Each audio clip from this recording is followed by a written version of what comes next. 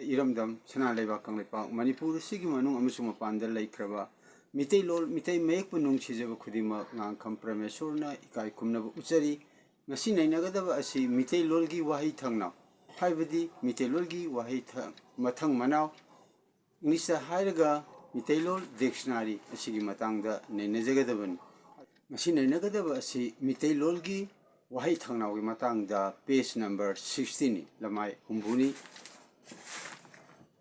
Page 60, Part 1.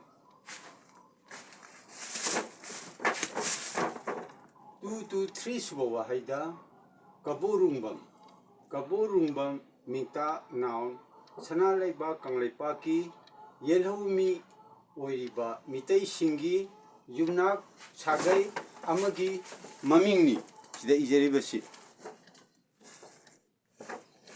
Yumnak Sagai Asigi Yek Salaina Kuman Oi Makataba page Amun Enerake page number 60 gi part to the Kabrang Minta Noun Mugalang Sil 2 to 4 Suba Wahaida Kabrangcha Minta Noun Kabrang Tina Mana Saba Yaba Pambi Ama Nisaharga Mulberry, a plant which its leaves can be eaten by silk moth.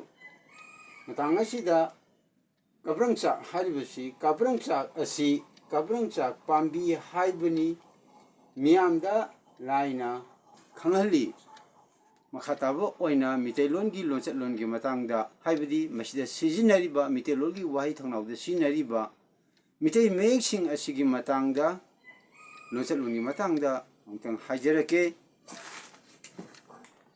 continues page 60 part 3 da Yekchan Lon the spelling Sana Laiba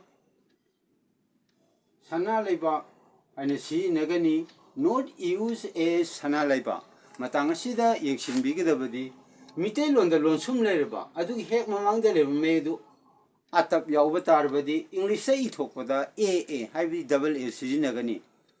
Is that not use as Sana Laiba? ID A Makatang Sizinaro Maram di Karinoda Sina Long Tony the Asang Batoni Masina Atin Batoni. Mathang the S3 number to the S3 number 1 Sana Laiba Sidalere S3 numbers to the Yumna Haiba S3 number 2 Zele Jeriba Yumna Haibagi Matanga Sidani in an Zagadoriba Lojalongi Matangasi. S3 number 2 the Yumna Haimatamda Yumna Anisumnaine Igani. Sida Lonsungi Mamang the Leves Atapni Maram the English Ibda A Sinagani. Sumaitodana not use as Yumna the A Amakatang Oina Sizinaro Mam the Sina Long Tony Sina Atin Batoni. Mathang the S3 number 3 the Asigi Haimatamda Sida Izariba S3 number 3 Asigi Haribasini. She Haimatamda Asigi Haimatamda Asigi Adisumatra Si Nagani. Haibadi Masrida enough the Dot ama happy baze Masi Lumni Masikaino Egamane in a Lum Hapson Tardi Egamane. Not use as Asigi had the young Sinaro. And enough the Dot Yauk Targadi Haibadi Lum Yauk Targadi Mase. Polling Tony or in a season at the Sida di Ayangwani. Maramatuna, Asigi have say English Harga positive case ki Manungsalimar. Polling tone in a season agani, Sidina, rising tone or in a season. No, young Singata S3 1 got S3 number 2, S3 1, S3 number 2. Sida is a river. Lonsungi Mamang da Ata.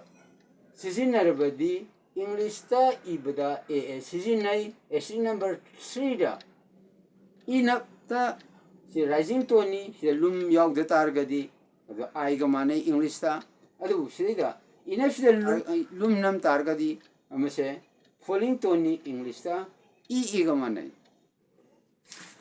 channel asibu yengbi ba khudi bang compromise na ikai khumna uchari channel asigi maming Manipur languages features haina kaujai channel asibu yengbirba khudima ngakam Parameshwar na ikai khumna uchari hauji nghaktang sandokjaba asidaida isida iriba may khudimak sing ase kanagumbana haibiningba mot pibiningba yaurodi haibirau matang asida loinamakti koina sandokjaba ngamjade channel asibu yengbiriba khudima haibidi Manipur language feature asida sandokjariba Meeteilol Waaheithangnau Meeteilol dictionary sandokjariba asingang kam Parameshwar ni amadi na yengbiriba khudima ikai khumnaba uchari hokiba mamangadi matam khardi upload tawrudare adu leptana adumak tawjarakigani channel asibu yengbir khudima ngang kam Parameshwar na ikai khumna uchari mathang upload taw matamda ai khoi puna amu unaminasi